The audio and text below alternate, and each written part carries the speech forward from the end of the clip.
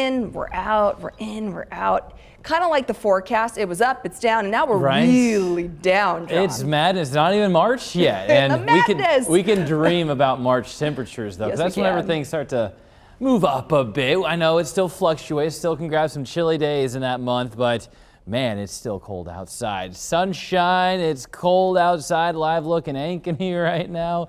Still seeing some of that snow on the ground, mainly grassy spots. You can still find it here and there. 7 degrees, feels like 11. It's just still bitter as you step out the door. A little rude to kick off the lunch hour, saying around 10 to 15 degrees below zero for central Iowa. Farther to the north, farther south still in the single digits, but below zero is really where you're going to see those wind chills statewide.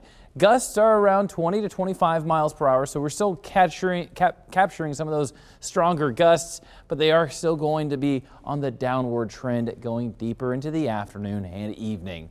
The visible satellite, you can kind of tell the clouds off to the northwest. Got to have a trained eye for it, but it is kind of blending into the visible satellite, also picking up on the snow on the ground. Really cool feature. You can see the riverways across the state where you have more of that snow on the ground. Visible satellite picking up on that very, very well with clear skies. But we are going to have increasing clouds going deeper into this afternoon. That's what a good thing Future Track is picking up on. It's going to move over, a little blanket for some of us overnight tonight. At least we go into the overnight hours that way.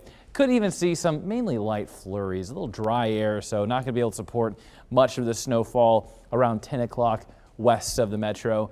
But jumping through the rest of now Tuesday, we'll have clouds moving right back in. Now, what that's going to do is set the stage for our next round of snowfall. Not over the entire state, especially southern Iowa. Not going to see very much at all, but farther to the north and northwest, this is where we're going to see it moving in by 5 o'clock. North of Highway 20, west of I-35. So getting off work on Tuesday, areas like Algona, even over Pocahontas, Humboldt, could see some flakes. Fort Dodge, Iowa Falls around this time, but better chance comes deeper into the evening, and also seeing a potential for a dusting really at most moving over the I-80 corridor.